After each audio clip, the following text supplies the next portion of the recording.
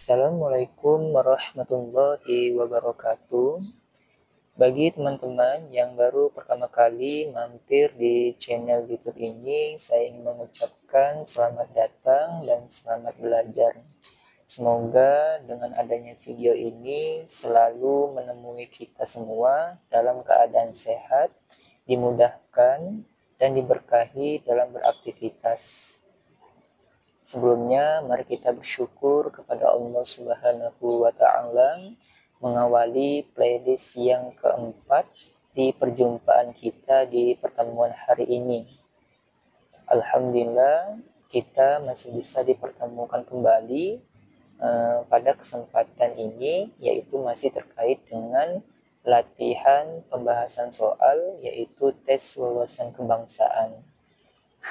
Mohon dukungannya juga dari teman-teman semua untuk subscribe, like, dan share apabila video ini bermanfaat bagi teman-teman semua. Satu lagi teman-teman, mari kita saling menghormati, saling menghargai satu sama lain. Tujuan kita di sini adalah sama-sama untuk belajar, sama-sama untuk meningkatkan kapasitas dalam diri kita. Untuk itu, mari kita fokuskan hati kita, tepikan hal-hal yang dapat mengganggu konsentrasi kita selama materi ini berlangsung. Baik teman-teman, kita langsung saja ke pembahasan nomor 1. Untuk nomor 1 ini teman-teman boleh di-pause terlebih dahulu videonya, teman-teman boleh baca terlebih dahulu teksnya.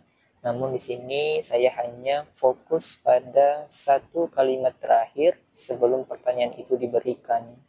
Ya teman-teman ya. Jadi untuk nomor 1 ini teman-teman cukup fokus saja di satu kalimat terakhir sebelum pertanyaan itu diberikan.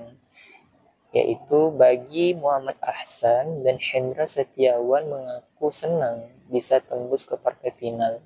Mereka sudah berjuang mati-matian demi meraih gelar juara pertamanya di tahun ini, meskipun belum bisa membawa Indonesia juara di Australia Open 2024. Dari cerita tersebut menunjukkan bahwa Muhammad Ahsan dan Hendra Setiawan telah menunjukkan sikap apa teman-teman? A. Nasionalisme, B. Bela negara, C. Patriotisme, D. Cinta tanah air, E. Egoisme. Itu nomor 1 ini teman-teman ya, kata kuncinya yaitu mereka sudah berjuang mati-matian demi meraih gelar juara teman-teman ya. Jadi di partai final tersebut pasangan ganda putra bulu tangkis Indonesia itu kalah 2 set, yaitu 21-11 dan 21-10. Jadi meskipun mereka kalah, tetapi pasangan ganda putra bulu tangkis Indonesia ini yaitu Ahsan dan Hendra Setiawan telah mengerahkan seluruh tenaga dan bertanding mati-matian demi mengharumkan bangsa Indonesia di ajang internasional, meskipun belum menjadi sang juara di event Open Australia 2024. Untuk itu, nomor 1 ini teman-teman, jawabannya adalah yang B ya, yaitu bela negara. Lanjut nomor 2. Di nomor 2 ini teman-teman ada 7 pernyataan yang diberikan dari soal. Yang diminta dari soal itu adalah dari 7 poin tersebut atau dari 7 pernyataan tersebut yang mana sajakah yang termasuk dalam unsur-unsur atau nilai dasar bela negara. Penting untuk kita ketahui teman-teman, nilai-nilai dasar atau unsur-unsur bela negara itu sendiri itu ada 5 teman-teman. Jadi untuk opsi yang D dan E ini kurang tepat ya. Jadi kita eliminasi terlebih dahulu. Yang D dan E ini salah ya teman-teman ya, tidak termasuk. Nah, tinggal opsi yang A, B, dan C. Yuk kita bahas dari 7 pernyataan yang ada di bawah ini teman-teman. Yang pertama, pengabdian sesuai profesi ini tidak termasuk dalam unsur-unsur bela negara teman-teman. Melainkan tepatnya adalah upaya perwujudan dari bela negara. Yang kedua, cinta tanah air. Apakah cinta tanah air ini termasuk dalam unsur-unsur bela negara? Termasuk ya teman-teman ya. Yang ketiga, memiliki kesadaran berbangsa dan bernegara, ini juga termasuk. Yang keempat, setia kepada Pancasila sebagai ideologi negara, juga termasuk. Yang kelima, pendidikan kewarganegaraan. Untuk yang nomor 5 ini lebih tepatnya dia masuk dalam kategori upaya atau perwujudan dari bela negara teman-teman. Jadi yang 5 ini kurang tepat. Berikutnya untuk yang keenam, rela berkorban untuk bangsa dan negara. Ini pasti benar ya. Dan yang terakhir, memiliki kemampuan awal bela negara juga termasuk. Nah, jadi tinggal opsi A, B, dan C. Nah, kita eliminasi teman-teman. Apabila ada pernyataan satu, berarti itu sudah jelas salah ya teman-teman ya. Jadi kita eliminasi yang A. Berikutnya, apabila ada jawaban nomor 5 di sini, itu juga tidak termasuk. Jadi yang begitu jelas salah ya. Nah, jadi jawaban yang benar itu terdapat di opsi yang C. Berikut untuk pembahasannya teman-teman, boleh dibaca. Lanjut, nomor 3. Jumlah umat Islam Indonesia yang tidak bisa membaca Al-Quran masih sangat tinggi. Menurut hasil data Sensus Nasional Badan Pusat Statistik atau BPS 2018 menemukan angka 53,57% umat Islam Indonesia tidak bisa baca Al-Quran. Keberadaan guru ngaji tradisional hingga saat ini sangat dibutuhkan dalam memberikan pembinaan spiritual bagi masyarakat khususnya agama umat Islam. Sebagai bentuk perhatian dan apresiasi terhadap guru ngaji tradisional yang telah menjalankan tugas mulia kepada masyarakat, Pak Edi selaku Ketua Wali Kota X beserta jajarannya memiliki program dan bekerjasama dengan pemerintah kota atau Pemkot X memberikan apresiasi kepada guru ngaji, yaitu dengan meluncurkan bantuan operasional kepada 360 guru ngaji tradisional sekota X. Masing-masing guru ngaji menerima bantuan sebesar 1.800.000 per tahunnya. Dari informasi yang disampaikan, Pak Edi selaku ketua telah mengimplementasikan nilai sifat integritas, A. Kerja keras, B. Sederhana, C. Peduli, D. Adil, E. Jujur. Nah, untuk nomor 3 ini teman-teman, berikut pembahasannya. Itu jawaban yang paling tepat adalah yang C teman-teman. Yang C ya, yaitu peduli. Teman-teman fokus ke paragraf yang kedua. Di situ ada kata kunci yaitu perhatian dan apresiasi. Ini menunjukkan bahwa Pak Edi selaku ketua Wali Kota X beserta jajarannya itu mereka telah mengimplementasikan nilai sikap integritas peduli teman-teman ya. Jadi ingat ya, itu sebagai bentuk perhatian terhadap guru ngaji tradisional atas kiprahnya mengabdi diri dalam menyebarkan nilai-nilai keagamaan untuk mengajarkan mereka membaca dan menulis Al-Quran. Maka jawaban yang paling tepat dari pilihan tersebut adalah yang C ya teman-teman.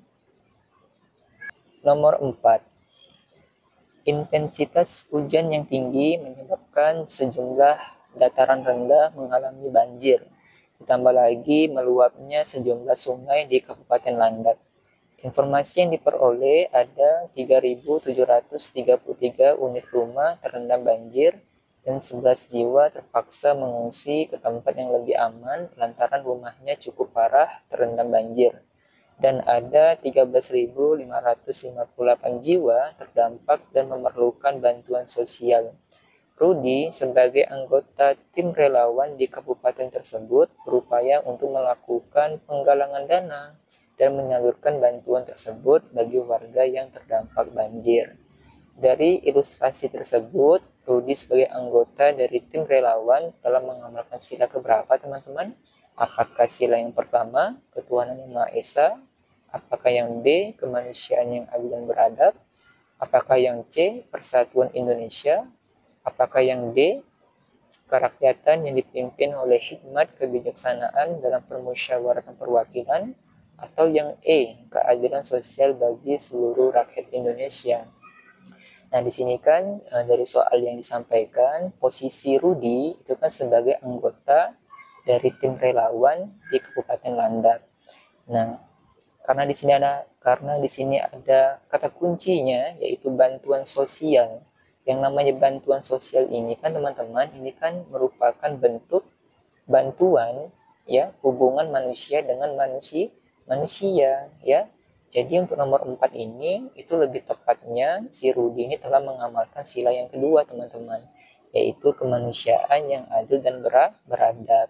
Kenapa? Karena yang Rudi lakukan ya sebagai anggota relawan bencana alam, Rudi telah merangkul untuk seluruh masyarakat ikut berkontribusi dan membantu masyarakat dengan melakukan penggalangan dana untuk membantu bagi warga yang terdampak banjir.